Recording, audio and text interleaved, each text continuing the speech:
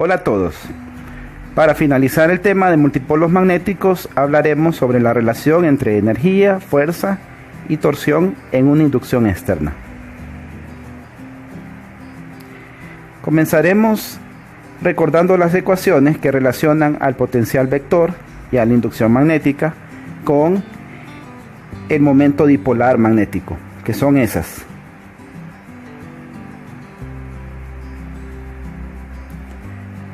Ahora, para hablar de la energía, hay que recordar que se tienen dos términos, lo que es la energía propia de cada elemento del sistema y la energía de interacción. ¿A qué me refiero con eso? Bueno, suponga que su sistema está formado únicamente por dos circuitos. La energía magnética del circuito 1 va a ser un medio L1 y 1 cuadrado. La energía propia del elemento 2 sería un medio L2 y 2 cuadrado. La energía de interacción entre esos dos elementos sería más o menos la inductancia mutua, la corriente 1 por la corriente 2. Como aquí se presenta un análisis desde el punto de vista de la expansión multipolar, el interés se centra en energía de interacción. Además, se considera que las fuentes que producen la inducción están alejadas del sistema de interés. Esto para poder utilizar la expansión multipolar. Tenemos ahí una figura. Se muestra a la izquierda dos circuitos que hacen el papel de fuentes externas, y a la derecha, que se supone que está muy alejado, el sistema de interés.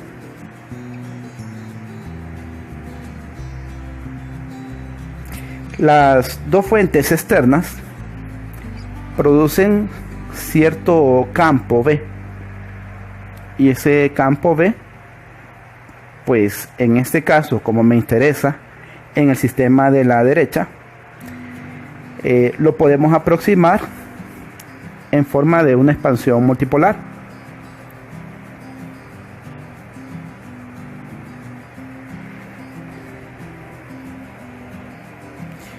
Ahí tenemos la energía de interacción magnética en términos de la inductancia mutua, como se explicó antes. Pero como la inductancia mutua y el flujo están relacionados, se pueden expresar mediante esta ecuación que se tiene, mediante esta ecuación que se tiene aquí.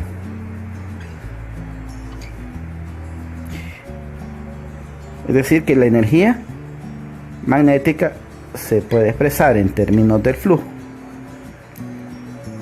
Este es en el caso de dos circuitos.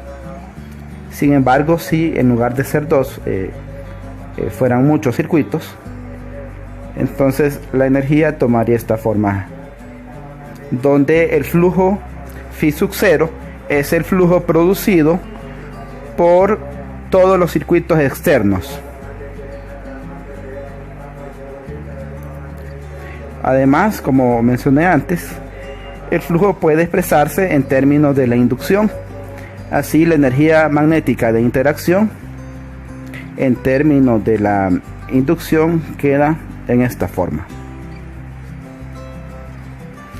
Para un grupo de circuitos, la energía de interacción se puede expresar por medio de la sumatoria.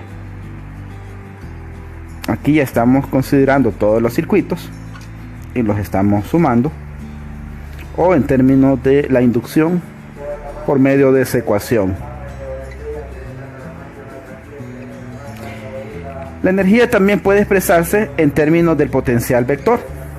Si recordamos que el campo B es el rotor del potencial vector, la expresión cambia de esta forma a esta de aquí.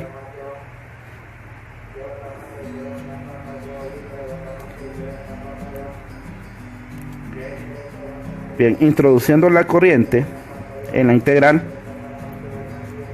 y utilizando el teorema de Stokes, tenemos esa expresión para corrientes filamentales.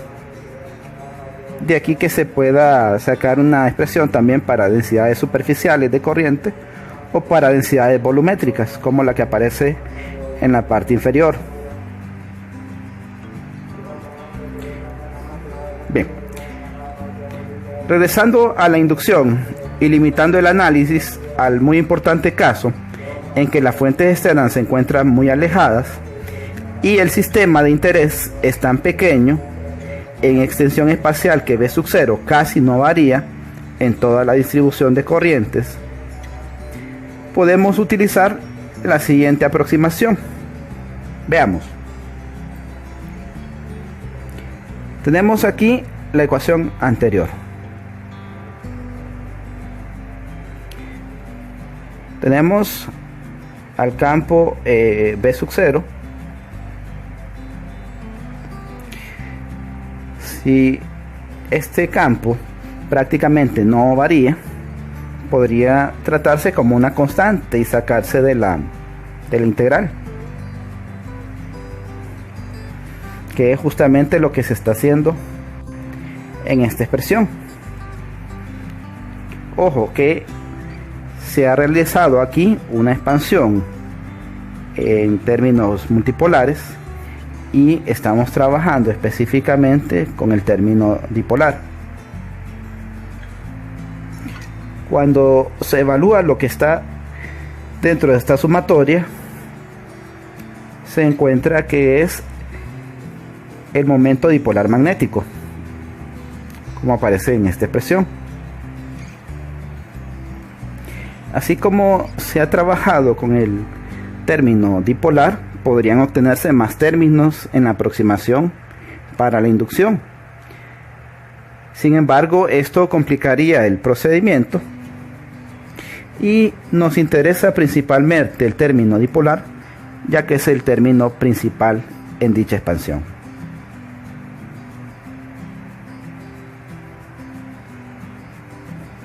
Como V sub 0 depende de la posición, si el sistema se mueve de una región a otra, posiblemente la energía de dicho sistema cambie.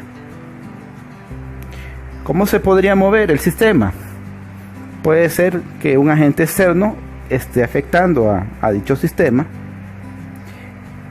y eso implica una fuerza distinta de cero.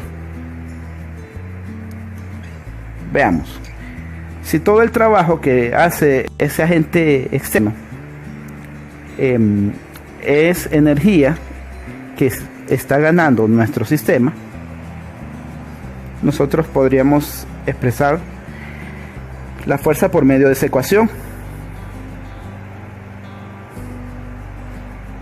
sustituyendo la definición de energía en términos de momento y del campo V sub 0. Tenemos la ecuación de la derecha. Ahora bien, utilizando identidades vectoriales, esa expresión se convierte en 4 términos. Sin embargo, dado que el momento dipolar magnético es constante con respecto a los cambios en la posición y la inducción V sub 0 está en puntos donde no tiene fuentes, es decir, donde el rotor del campo V es igual a 0 porque no hay fuentes. La expresión para calcular la fuerza se simplifica a esto.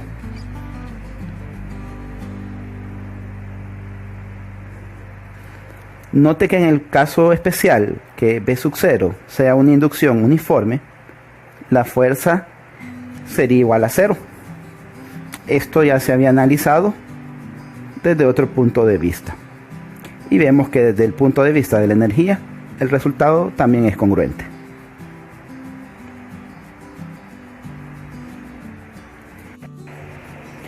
Vamos a definir ahora la energía de un dipolo magnético en un campo externo por medio de esta ecuación.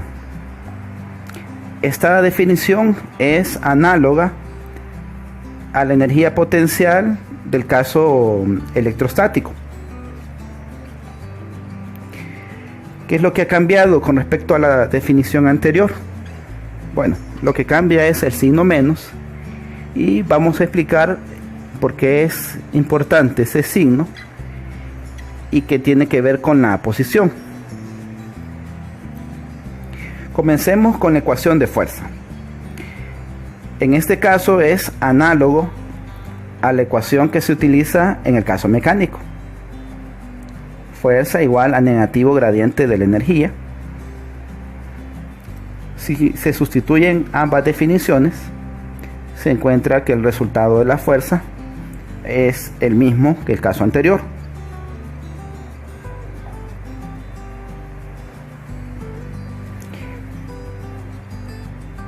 U sub d' se le suele llamar a menudo la energía de orientación, para enfatizar su función de energía potencial. Así, por ejemplo, la tendencia de un circuito a reajustarse para encerrar el mayor flujo posible puede observarse definiendo a esa energía como negativo la corriente por el flujo, lo que corresponde a la tendencia general de los sistemas para tratar de lograr el equilibrio minimizando su energía potencial. Veamos con más detalle lo anterior.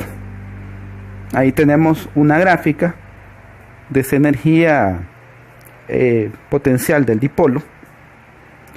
Vea que el ángulo θ está cambiando desde 0 hasta pi. Cuando se evalúa la energía en el ángulo 0,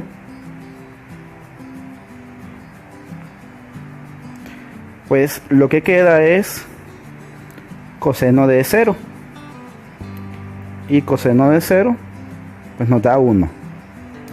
Solo nos quedamos entonces con negativo la magnitud de m y la magnitud de b sub 0, que eso tiene signo negativo, y es decir que con el ángulo 0 tenemos un mínimo de energía potencial.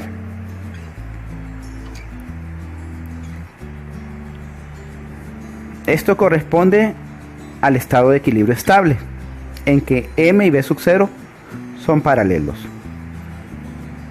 Por otro lado, el punto máximo de la energía potencial está cuando el ángulo entre m y b es pi. Ahí el resultado, si evaluamos coseno de pi, sale un menos 1, y nos queda entonces que la energía es m por b sub 0, como aparece aquí. Ese es un punto de equilibrio inestable, en el cual m y b sub 0 están dirigidos en sentidos opuestos. Veamos estas figuras para entender mejor lo que se estaba explicando antes. Observe las líneas de campo B que aparecen para los tres casos distintos. Tenemos en el caso superior un pequeño imán que va a representar al dipolo. En este caso, el momento dipolar para el imán de arriba iría en esta dirección, así. Y las líneas de campo B que están a la izquierda van en sentido opuesto, es decir, el ángulo es de 180 grados. Para que esas líneas de campo B vayan en esa dirección, significa que deberíamos de tener cierto arreglo de imanes, y esta parte de aquí equivale al polo norte. Como usted recuerda, dos polos iguales se repelen. Entonces, en la posición que se encuentra el pequeño imán de la derecha, es una posición de equilibrio inestable. Si se girara un poquito, como en la posición de en medio, pues al tener norte y norte en el otro lado, la fuerza de repulsión va a provocar que este imán gire con respecto al eje que tenemos por aquí. Y ese giro provocaría que el sistema se alinee posteriormente y quede el polo norte en esta posición de aquí y el polo sur al otro lado. En este caso, el sistema puede convertir esa energía potencial en energía cinética.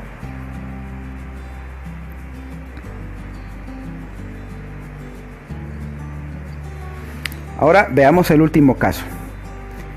En el último caso,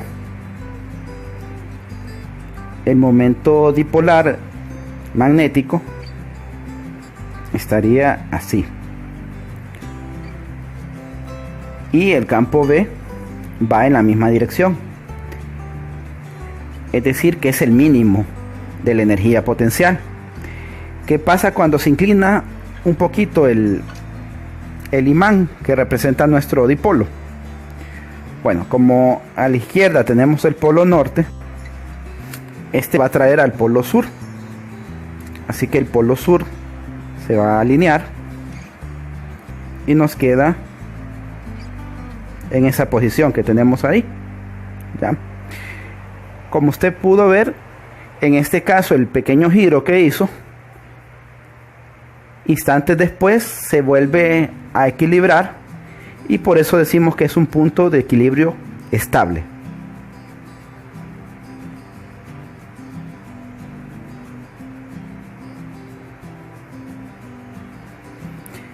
Dada la dependencia de la energía potencial con respecto al ángulo, también debe existir un momento de torsión actuando sobre el sistema. Ese momento de torsión es dado mediante la ecuación que tenemos ahí, M cruz B. Dado que M es constante, aun en el caso en que la inducción B sub 0 sea uniforme, el momento de torsión va a ser distinto de cero, a diferencia de la fuerza.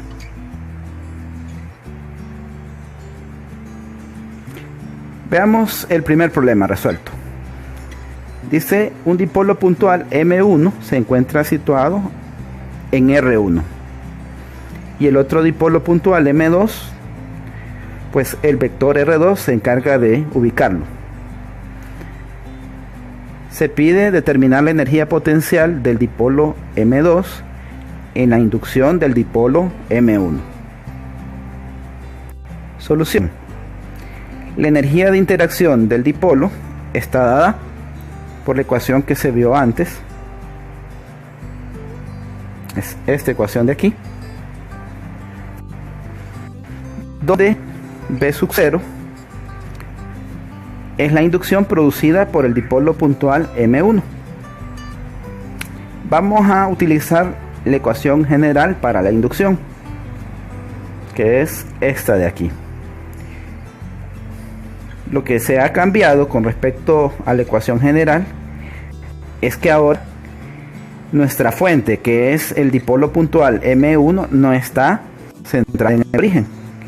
Por ello, en lugar de utilizar el vector R1, utilizamos el vector R grande, el vector de posición relativa. Sustituyendo esa inducción B en la definición que tenemos aquí y realizando el producto interno,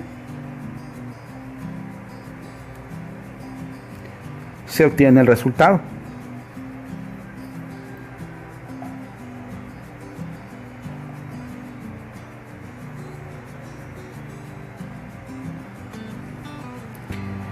Veamos el segundo problema. Este requiere más análisis que el problema anterior. Dice, dos espiras cuadradas, una del lado A y la otra del lado B, descansan sobre el mismo plano. Suponer que la distancia C entre sus centros es tan grande que resulta apropiado utilizar la aproximación dipolar y se pide encontrar la inductancia mutua. Bien.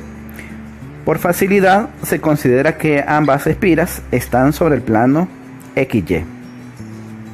La espira del lado A tiene su centro en el origen y una corriente I fluye a través de dicha espira.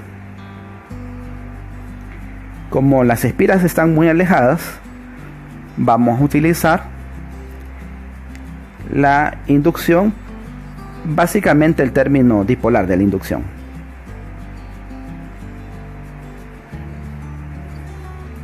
Para calcular esa inducción necesitamos encontrar M, el momento dipolar que produce la espira del lado A. Por definición, para una corriente filamental sobre un plano, M es la corriente por el vector de área, esto de aquí,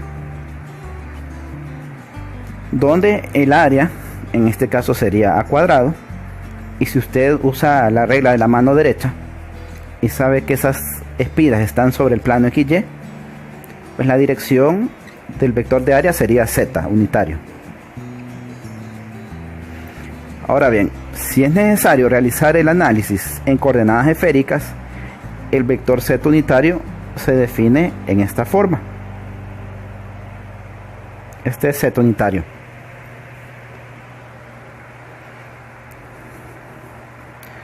Sustituyendo Z unitario en la definición general,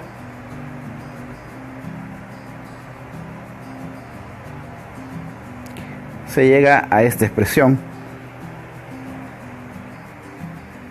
Bien, ya conocemos la inducción entonces que produce la espira del lado A. Ahora hay que analizar qué pasa en ese plano. Bueno, en el plano XY el ángulo θ vale pi medios o 90 grados. Como vale pi medios, tenemos aquí coseno de pi medios, que eso es 0. Y tenemos seno de pi medios, que eso es 1.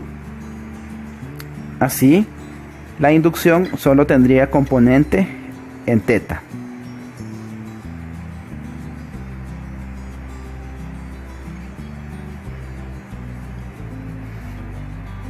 Aquí aparece el resultado. Ahora queremos calcular el flujo en la espira del lado B. Posiblemente convenga convertir el ángulo θ a términos de X unitario, Y unitario y Z, o podría ser a coordenadas cilíndricas también, ρ y Z.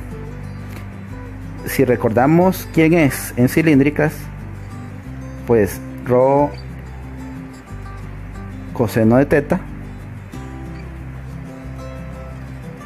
menos en Z seno de θ.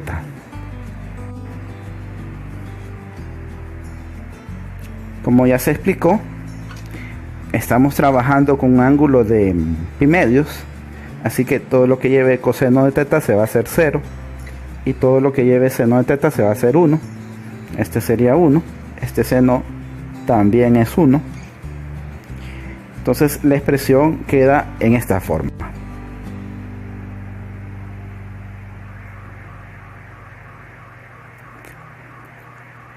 Muy bien. Para calcular el flujo vamos a integrar B sobre la superficie 2. Como la distancia es tan grande, desde una espira hasta la otra, pues el cambio en B es despreciable. Es decir, que vamos a considerar a B como una constante, y esa constante saldría del integral. Lo que me interesa es la magnitud del flujo, para posteriormente encontrar la inductancia. Lo que cambiaría aquí es que en lugar de usar R a la 3, vamos a utilizar C a la 3. Sale B entonces como una constante y solo se integra el diferencial de área 2. Esto me va a dar la superficie, que es B cuadrado, como aparece aquí.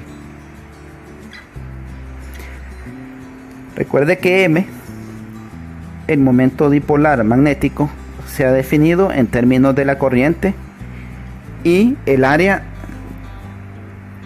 de esta espira de aquí, la espira de la izquierda. Así, cuando se sustituye M, tenemos esta expresión.